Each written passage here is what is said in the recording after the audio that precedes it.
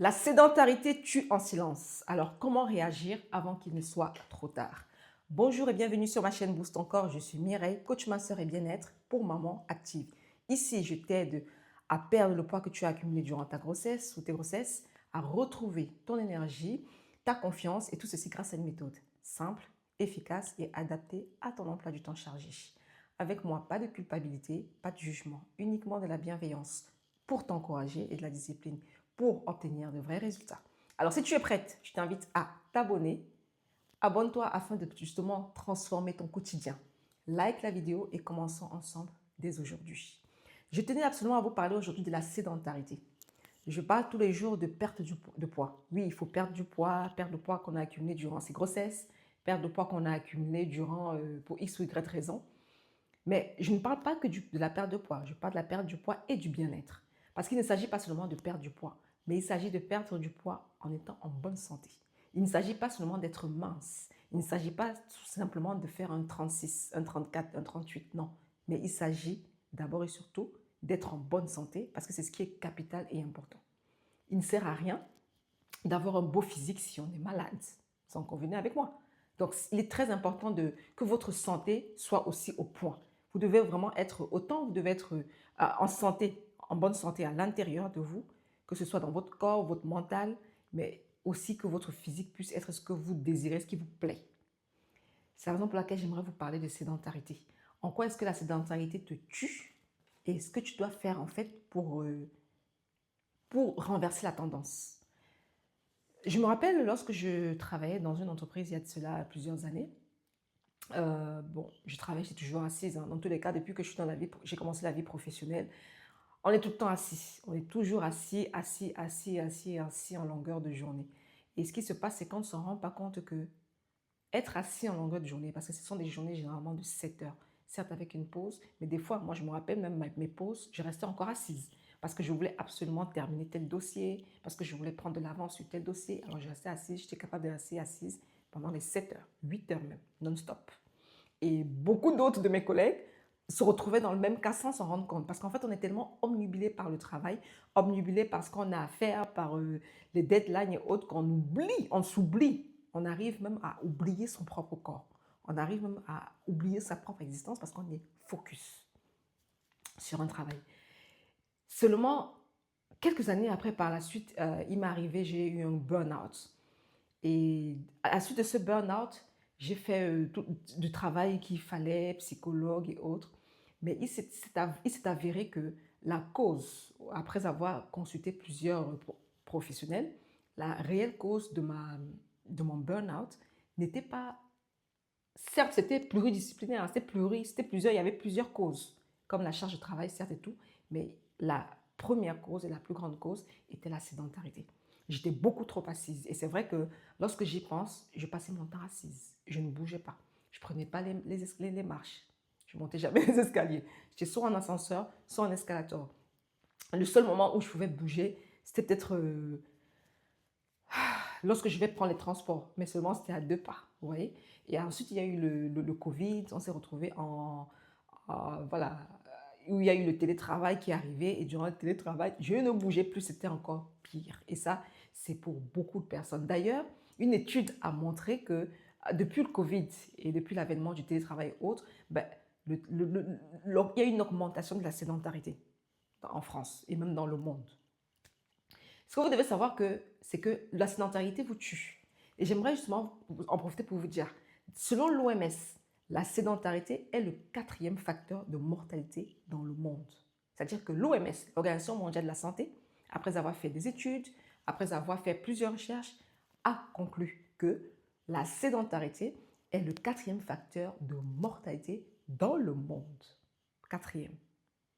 Ça veut donc dire que la sédentarité, c'est vraiment quelque chose de très, très, très mauvais. On ne s'en rend pas compte parce que la société a été faite, bon, on ne vit plus comme il y a de cela plusieurs décennies, mais la nouvelle société a été faite de telle sorte que nous serons sédentaires, il faut le dire.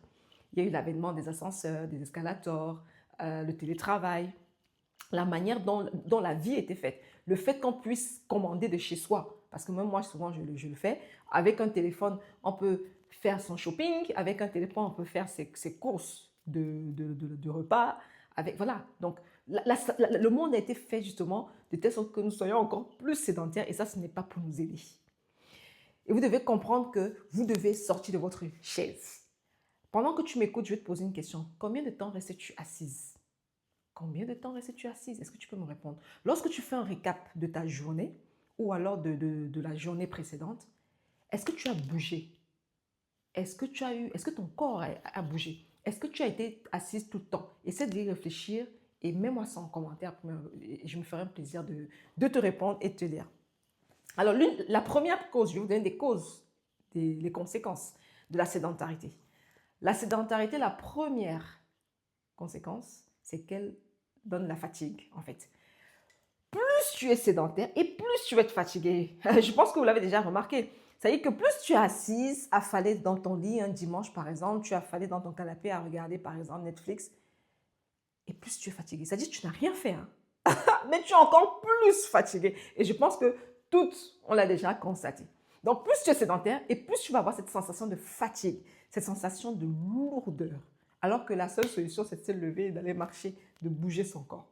Deuxième conséquence de la sédentarité, c'est l'augmentation des maladies cardiovasculaires. Ah oui, oui, il n'y a pas que le surpoids et l'obésité qui augmente le risque de maladies cardiovasculaires, mais aussi la sédentarité. Vous voyez que la sédentarité est un petit peu liée avec l'obésité. Voilà, c'est souvent lié la sédentarité et l'obésité, ou la sédentarité et le surpoids. C'est souvent lié. C'est la raison pour laquelle on dit souvent, lorsque tu veux perdre du poids, l'une des choses qu'il faut faire, c'est de bouger ton corps. C'est de ne pas être sédentaire, justement. Donc, être trop sédentaire va augmenter, justement, des risques de maladies cardiovasculaires. Troisième, c'est les risques de diabète de type 2. Voilà. Au même titre que le surpoids et l'obésité, être sédentaire va augmenter en toi des risques, justement, de pouvoir constater un diabète de type 2. Et sachez que le diabète de type 2 est une maladie extrêmement sournoise. Il y a des personnes qui ont du diabète, mais qui ne le savent pas. Il y a des personnes diabétiques qui ont le diabète type 2, mais qui ne le savent pas et qui vont s'en rendre compte seulement 5 années plus tard. Parce que c'est quelque chose de très sournois. Donc, faites attention à ne pas être trop sédentaire. Quatrième conséquence de la sédentarité, c'est tout ce qui est troubles musculo-squelettiques. Ça veut dire quoi? Ça veut dire que c'est des douleurs, en fait, les douleurs des muscles, les douleurs du squelette. Beaucoup de personnes qui ont souvent des douleurs lombaires, c'est souvent des personnes sédentaires. Tout ce que je vous dis a été prouvé par des recherches scientifiques. Hein. Ça y est, je ne viens pas vous dire du blablabla, non. Il y a eu des recherches qui ont été faites, il y a eu des études qui ont été faites et qui ont donné ces conclusions. Donc, plus tu es sédentaire, plus tu auras des risques justement d'avoir des douleurs lombaires, des douleurs cervicales et beaucoup d'autres douleurs en fait. Donc, tu comprends donc l'importance pour toi de bouger. Cinquième conséquence de la sédentarité, c'est l'obésité. Ce qui va de soi, parce que plus tu es sédentaire, plus tu vas avoir envie, par exemple, de grignoter, plus tu vas avoir envie de te jeter sur des repas qui sont très caloriques. Plus tu es sédentaire, plus tu auras envie de manger, plus tu ne vas pas ressentir la satiété. Voilà, donc c'est la raison pour laquelle la sédentarité, justement,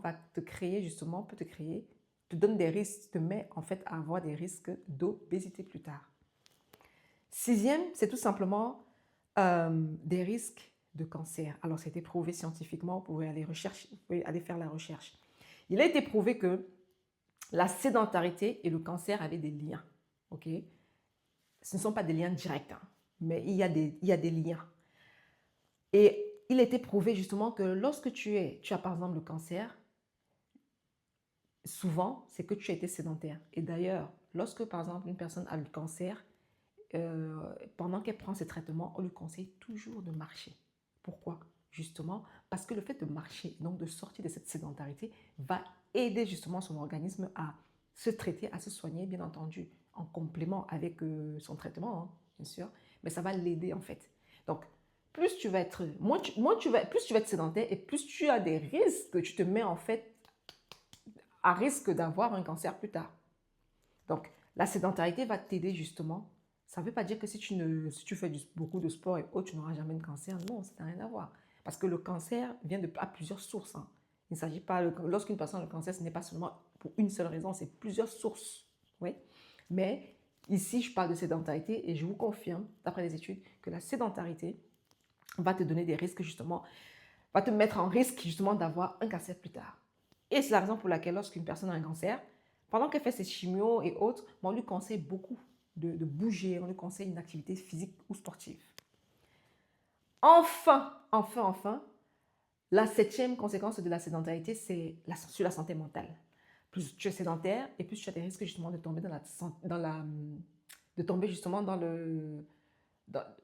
d'avoir des problèmes, des troubles mentaux, voilà, d'avoir des problèmes de santé mentale et plus précisément de burn-out. Il a été prouvé, il y a des liens, des études qui ont été faites, qu'il y a un lien direct entre la sédentarité et le burn-out. Il a été prouvé qu'il y a un lien direct entre la sédentarité et une santé mentale qui est en berne, comme par exemple de la dépression. C'est la raison pour laquelle, lorsque par exemple tu es dépressif, lorsque tu as des idées noires, des pensées noires, lorsque moralement ce n'est pas top, qu'est-ce qui va t'être conseillé? Une activité sportive ou physique, même une simple marche, ou aller courir, ou aller nager un petit peu. Parce que plus tu es sédentaire et plus tu as des risques justement de te retrouver en dépression. Plus tu es sédentaire, plus tu as des risques de te retrouver en burn-out. Plus tu es sédentaire, plus tu as des risques justement d'avoir des troubles, de te retrouver par exemple avec des pensées noires, avec des pensées suicidaires, avec... Ouais, ce que je veux dire. Donc, il est capital. Vous voyez donc ici qu'il est capital pour vous de sortir de la sédentarité. Ce n'est pas de votre faute. Comme je vous dis, les choses ont été faites. La société a été faite. Elle a tellement évolué, notre société, notre monde, et qui a fait de nous des sédentaires. Donc, ce n'est pas de notre faute. Ce n'est pas de votre faute. C'est la faute de personne. Ici, le but, c'est que vous sortiez justement de cet engrenage. Ok, vous devez sortir de cet engrenage. Il ne s'agit pas de faire 1 heure de sport le dimanche et puis dans la semaine, être assis en longueur de journée. Non, ce n'est pas de cela dont il s'agit. Ici, il s'agit de bouger son corps régulièrement. Régulièrement, vous devez être en mouvement régulier. Il ne s'agit pas seulement du lundi au vendredi à être assis parce que vous travaillez. Le samedi, je ne sais pas moi, peut-être vous avez peut-être couru 10 minutes. Le dimanche, vous avez couru pendant 4 heures non-stop. Non, ce n'est pas de ceci dont il s'agit. D'ailleurs, une étude a prouvé que des sportifs de haut niveau certains avaient les mêmes problèmes de santé que ceux qui n'étaient pas sportifs de haut niveau. Pourquoi? Tout simplement parce que ces sportifs de haut niveau, alors ils font du sport à haute intensité pendant un temps, par exemple, je ne sais pas moi, du lundi au mardi, par exemple, du lundi au jeudi, je ne sais pas. Et ensuite, tout le reste du temps où ils n'ont pas de match, où ils n'ont pas de compétition, eh bien, ils sont assis à jouer à la FIFA pendant des heures et des heures et des heures tout au long de la journée.